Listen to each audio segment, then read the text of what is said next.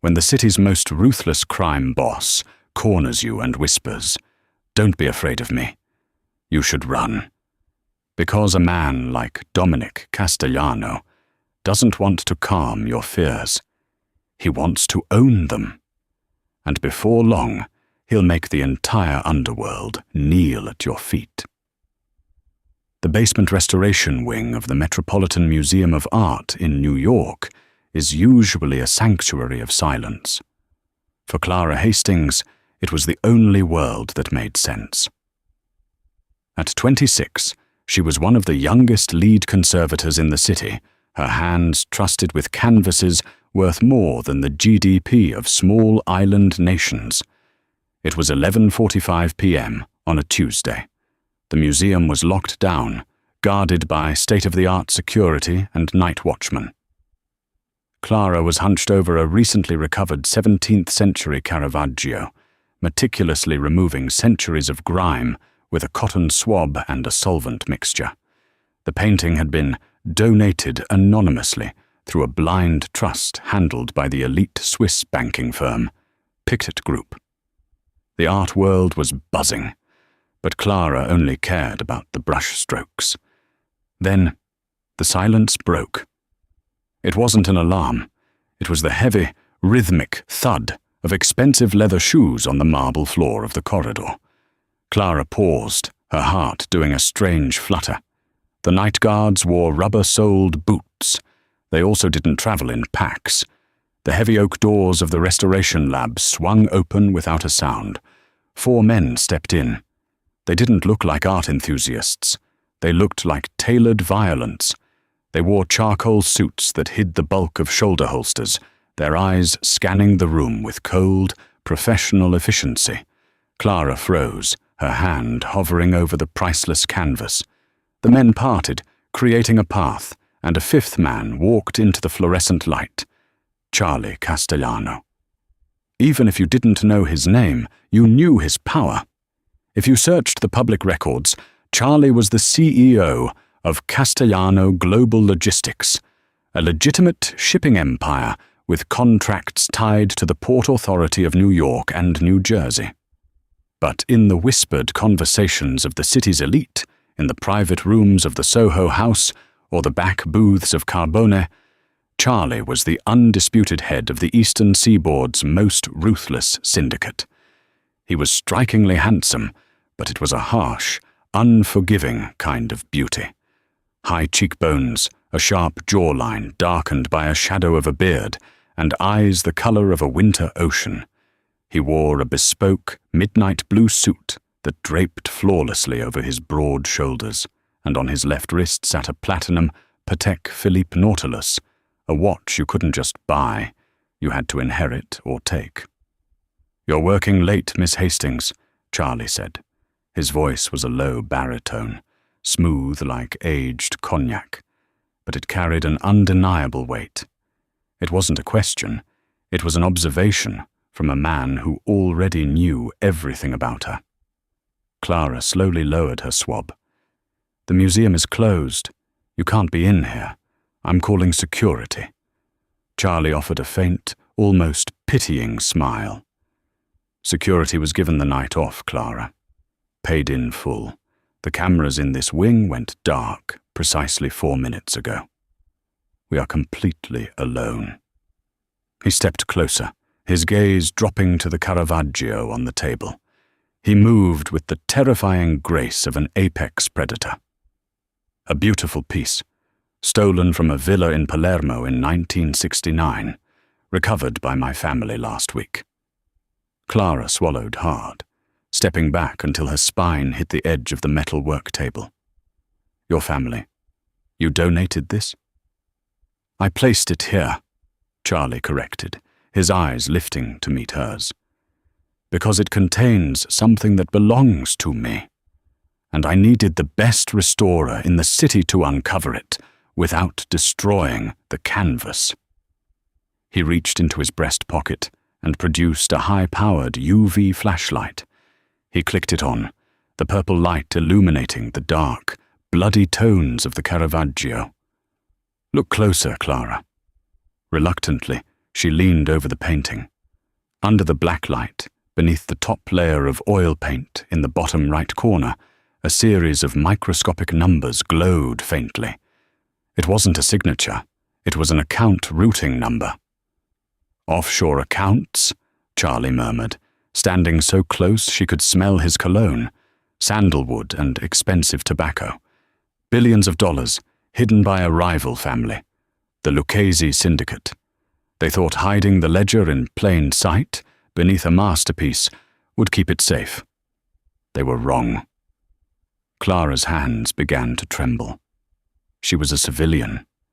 She lived in a tiny apartment in Brooklyn and worried about her student loans. She wasn't supposed to be standing inches away from the city's most feared Mafia boss, looking at the key to a billion-dollar criminal empire. "Why are you telling me this?" Clara whispered, her voice cracking. "I don't want to know this. I didn't see anything." Charlie reached out, his large, warm hand wrapped around her wrist. His grip was gentle but entirely unyielding. The sheer physical presence of him was suffocating. "You're trembling," he noted softly, his thumb brushing over her racing pulse. He stepped into her personal space, towering over her. The room felt entirely too small. "Please," Clara choked out, tears of genuine terror welling in her eyes. "Just take it and go. I won't say a word." Charlie's expression softened, but the danger in his eyes remained. He leaned down, his lips brushing just a breath away from her ear. "Don't be afraid of me, Clara," he whispered, the words vibrating against her skin. "I didn't come here to hurt you. I came here to claim what is mine." He pulled back, his icy eyes locking onto hers. "And as of this moment, because you have seen this canvas, you are a liability to the Lucchese family, which means to keep you breathing, you belong to me, too." Before Clara could scream, before she could even process the weight of his words, two of his men stepped forward. A damp cloth smelling sharply of chloroform was pressed firmly over her nose and mouth. Charlie didn't look away as she thrashed against his men. He simply watched her, his expression unreadable, until her eyes rolled back and the world faded to black. Clara awoke to the smell of fresh espresso and the sensation of 1,000 thread-count Egyptian cotton sheets. She gasped, sitting up violently, her heart hammering against her ribs. She wasn't in the museum basement. She wasn't in her cramped Brooklyn apartment. She was in a bedroom the size of a tennis court, surrounded by floor-to-ceiling windows that offered a dizzying, panoramic view of the Manhattan skyline. The Chrysler Building sparkled dangerously close. She recognized the layout from architectural magazines. This was the penthouse of the Baccarat Hotel. "Good morning," a voice said. Clara whipped her head around. Charlie was sitting in a velvet armchair in the corner of the room, reading the Wall Street Journal. He wore a dark, tailored dress shirt, with the sleeves rolled up, revealing forearms corded with muscle and faint, faded scars. "You kidnapped me," Clara said, her voice shaking as she pulled the silk duvet up to her chin. "I relocated you," Charlie corrected, without looking up from his paper. "If I had left you in that basement, the Lucchese hitmen who were tailing me would have tortured you for information before throwing you into the East River. You're welcome, by the way." He set the paper down and stood, walking over to a silver tray resting on a mahogany credenza. He poured a cup of coffee and brought it to the bedside table. "Drink, then get dressed. The closet has been stocked with your sizes. We are leaving the city." "I have a job," Clara protested, desperation leaking into her voice. "I have a life. You can't just erase me." Charlie leaned over the bed, planting both hands on the mattress, trapping her. "Your life, as you knew it, ended the moment you saw those numbers, Clara. The world you lived in yesterday no longer exists. Welcome to mine." An hour later, Clara found herself escorted into the back of an armored Maybach 62S. They didn't head to an airport. They drove straight to a private helipad on the west side. From there, it was a chopper ride to Teterboro Airport, where a sleek, matte black Gulfstream G650 was idling on the tarmac. It was during this transition that Clara began to truly understand the terrifying scope of Charlie Castellano's power. It wasn't just the guns or the money. It was the way the world bent around him. TSA didn't exist for them. Private security forces bowed their heads as he passed. When they landed in Milan, Italy, 9 hours later, the local carabinieri, the Italian military police, actually stopped traffic on the autostrada to allow their 3-car convoy of blacked-out Range Rovers to pass seamlessly toward Lake Como. She was a prisoner, yet the world was kneeling before her simply because she was sitting next to him. They arrived at Villa d'Este, not the public hotel, but a secluded, heavily fortified 18th-century estate further up the lake, accessible only by a private road patrolled by armed men with earpieces. For the first 3 days, Clara refused to speak to him. She wandered the opulent halls of the villa, a ghost in silk dresses she hadn't bought, eating Michelin star meals prepared by a private chef she couldn't stomach. Charlie gave her space, though he was always a shadow at the periphery of her vision, conducting business in his study, speaking rapid-fire Italian into a burner phone. On the 4th evening, he forced her hand. "We are going out for dinner," he announced, walking into the library where she was staring blankly at a first-edition Hemingway. "I'm not hungry," she snapped. "It wasn't an invitation." 40 minutes later, Clara found herself walking into Il Luogo di Aimo e Nadia, a highly exclusive restaurant in the heart of Milan. She wore a backless emerald green gown Charlie had chosen for her, a diamond necklace heavy against her collarbone. As they walked through the double doors, the atmosphere in the bustling restaurant instantly shifted. The ambient chatter died. The clinking of silver against porcelain ceased. Clara watched in quiet horror as the maître d', a proud, silver-haired Italian man, visibly paled. He rushed forward, bowing so deeply it looked painful. "Don Castellano, it is an absolute honor. Your table is ready." As Charlie led Clara through the dining room with a protective hand resting on the small of her back, Clara noticed the patrons. These were wealthy, powerful people, CEOs, fashion moguls, politicians. Yet, as Charlie passed, several men physically averted their eyes. One prominent Italian senator actually stood up from his table and nodded respectfully as they walked by. They were terrified of him, and by extension, they were terrified of her. Charlie pulled out her chair at a secluded corner table. As he sat across from her, he poured a glass of Barolo wine and pushed it toward her. "You see how they look at you?" Charlie asked softly, his eyes reflecting the candlelight. "They're looking at you," Clara whispered, shivering despite the warmth of the room. "They look at you like you're the devil." "They look at me like a necessity," Charlie corrected. "But they look at you like you are untouchable. Because you are marked by me." Clara gripped the stem of her wine glass. "Why go to all this trouble for a conservator?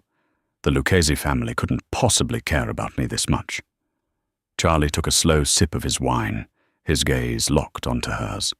The silence stretched, heavy and suffocating.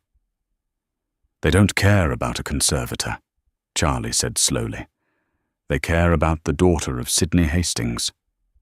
Clara's heart stopped. "My father died in a car accident when I was 12. He was a corporate accountant."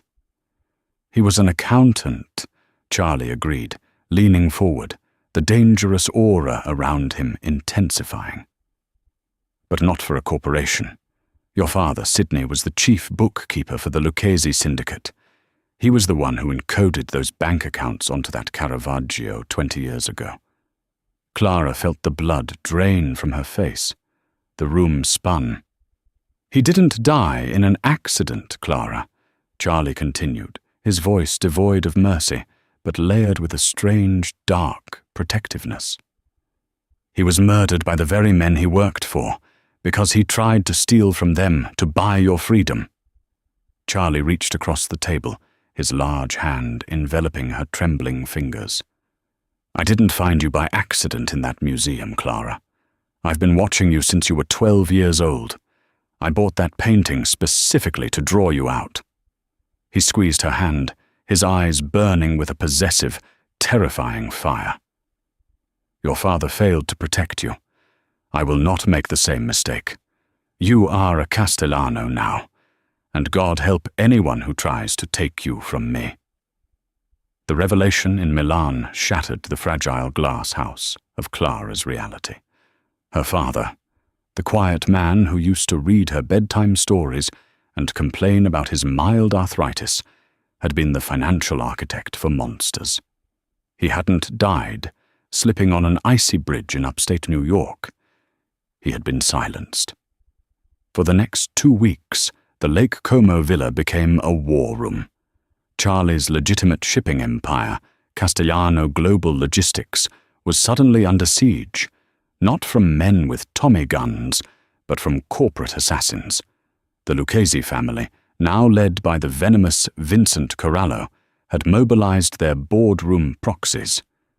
Clara sat silently in the corner of Charlie's mahogany-paneled study, watching as his inner circle, men with Ivy League degrees and cold, dead eyes, scrambled. "They've leveraged their contacts at Deutsche Bank," Gabriel, Charlie's chief financial officer, reported, his fingers flying across a customized encrypted laptop.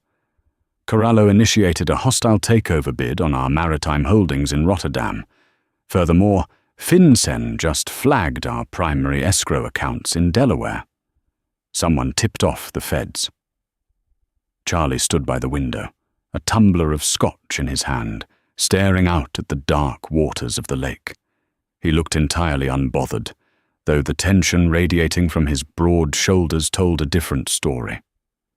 "Vincent is panicking," Charlie said smoothly, taking a sip. "He knows we have the Caravaggio.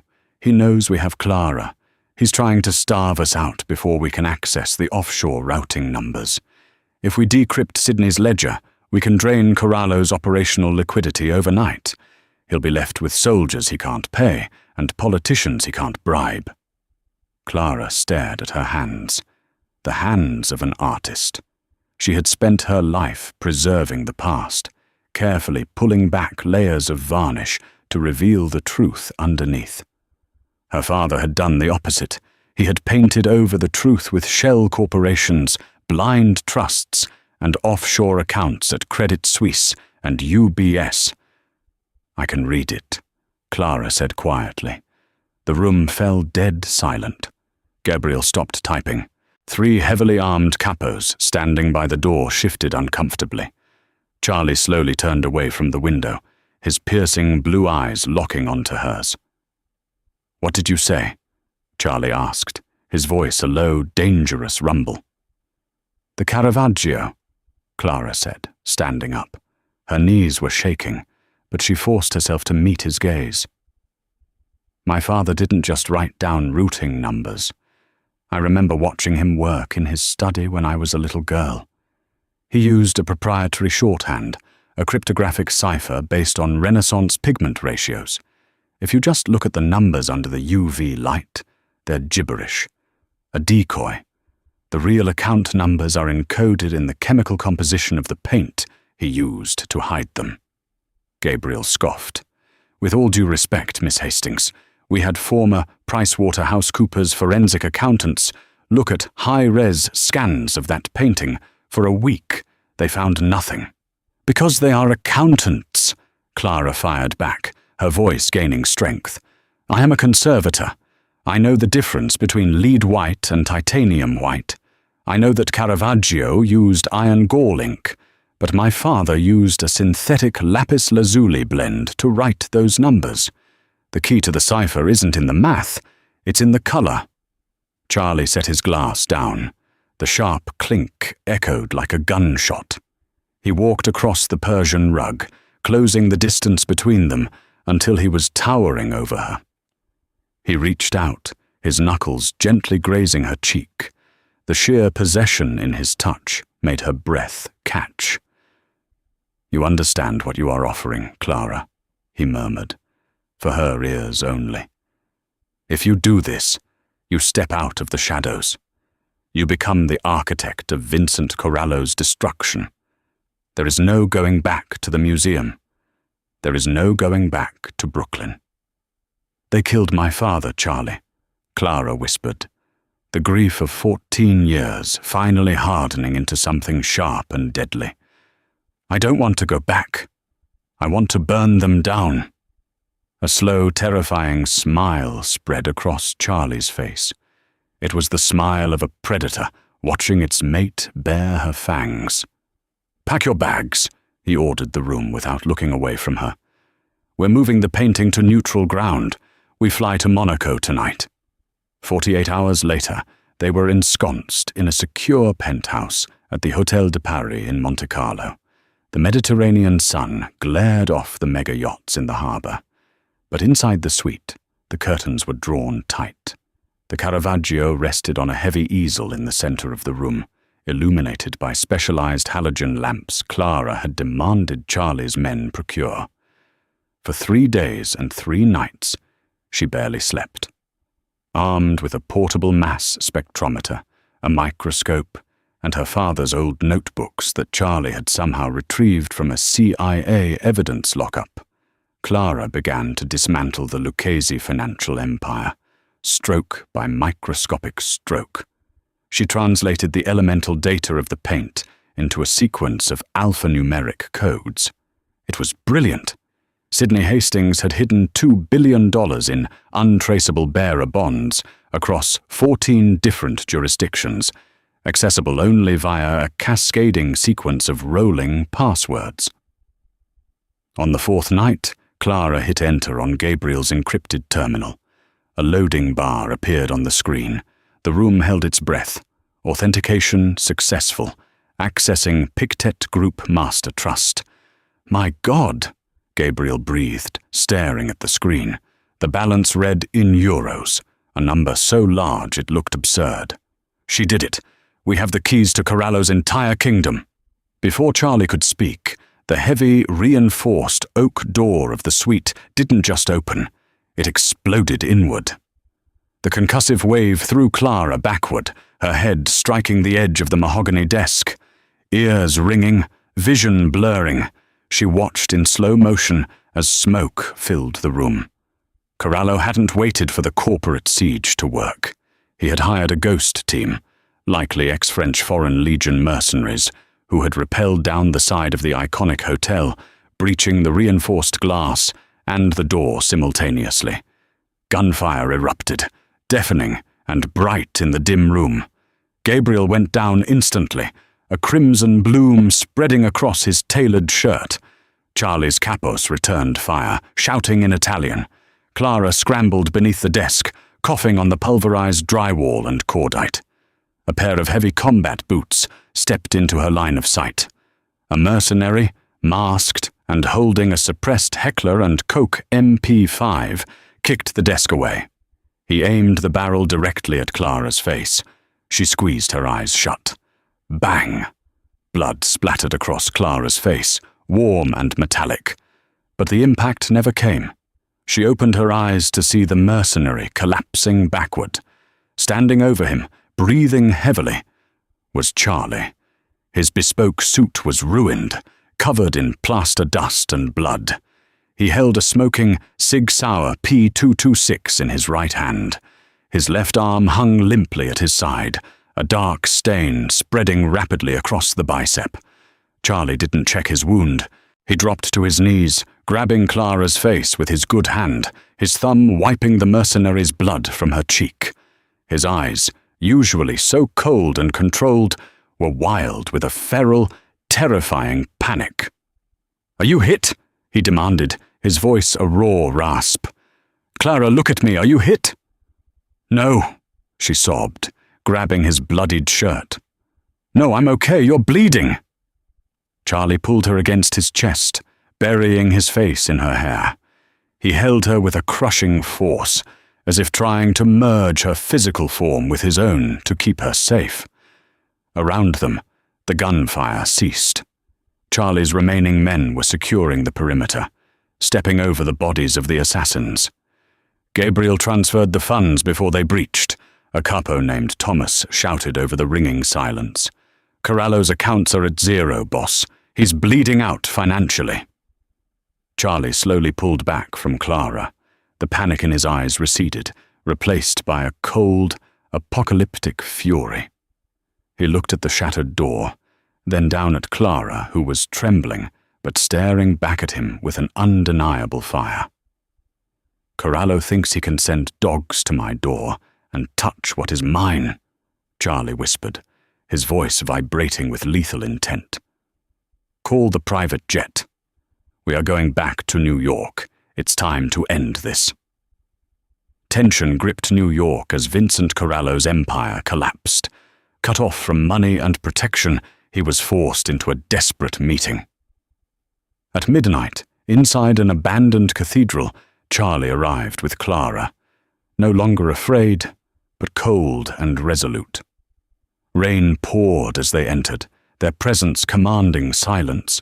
Corallo, surrounded by armed men, reacted with contempt when he saw Clara, but Charlie made it clear. She was the reason for his downfall. When Corallo threatened her, Charlie instantly raised his weapon, pushing the room to the brink of violence. Yet Clara calmly stopped him. Stepping forward, she faced Corallo without fear. To her, he was no longer a powerful kingpin, just a broken man who had lost everything. For the first time, power had truly changed hands. "Vincent," Clara spoke, her voice ringing clear and authoritative in the silence. "As of 8 a.m. this morning, the $2 billion held in the Pictet Group trusts were liquidated. I didn't just drain your accounts, I weaponized them." Corallo sneered, though a bead of sweat rolled down his temple.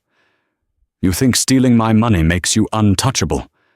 I have 300 made men in this city. They will hunt you both to the ends of the earth." "You don't have 300 men," Clara corrected smoothly, pulling a sleek tablet from her leather folio and sliding it across the table. "You have none." Corallo frowned, looking down at the screen. "I took your $2 billion, Clara explained, her tone conversational, "and I used Charlie's proxy firms to establish blind trusts for every single one of your capos, lieutenants, and enforcers. I deposited $5 million into each of their names. Clean money, washed through offshore real estate." The color rapidly drained from Corallo's face as he scrolled through the undeniable ledger on the tablet. "I bought your entire army, Vincent," Clara said softly.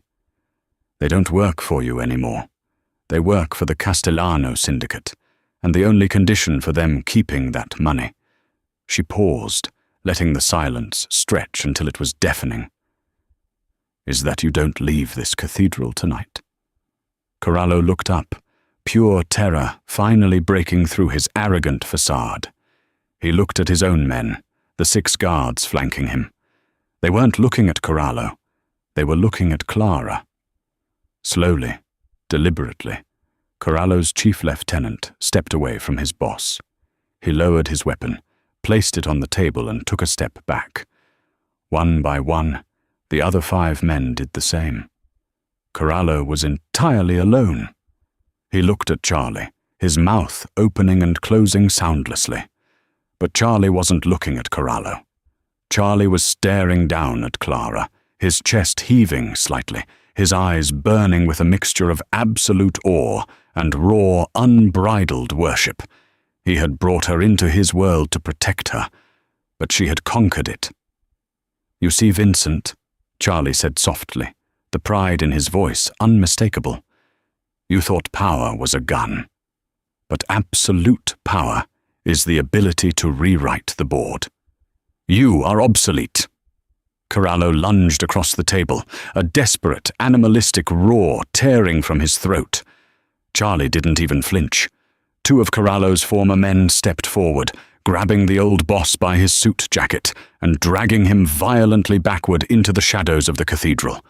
His screams echoed off the stone walls, fading into a wet, sickening silence. The cathedral was quiet once more, save for the sound of the rain lashing against the stained glass windows. The remaining men in the room, Charlie's elite guard and the newly bought Lucchese lieutenants, stood in a loose circle around the table. Thomas stepped forward. He didn't look at Charlie. He looked at Clara. Slowly, the hardened killer bowed his head. "What are your orders, ma'am?" Thomas asked respectfully. One by one, the deadliest men on the eastern seaboard bowed their heads, their eyes fixed on the floor. They were monsters, killers and kings of the underworld, and they were kneeling before a 26-year-old art conservator from Brooklyn. Clara looked at the bowed heads, feeling the intoxicating, terrifying weight of the power she now wielded. She stood up, turning to face Charlie. He was already looking at her. He holstered his weapon, reaching out with his good hand to gently trace the line of her jaw. His touch was no longer just possessive. It was reverent.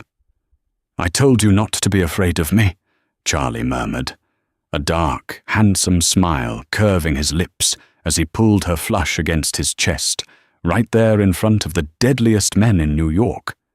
Clara reached up, her fingers tangling in the collar of his ruined suit, pulling him down until his lips were a breath away from hers. "I was never afraid of you, Charlie," Clara whispered against his mouth, her eyes flashing with a dangerous, newly minted power. "I was just waiting for you to catch up." Did the blend of danger and absolute power in Clara and Charlie's story leave you breathless? If you loved this dark Mafia romance and want more high-stakes tales of twisted love and underworld empires, hit the like button, share this video with fellow romance lovers, and subscribe to our channel for more heart-pounding stories. Which plot twist shocked you the most? Let us know in the comments below.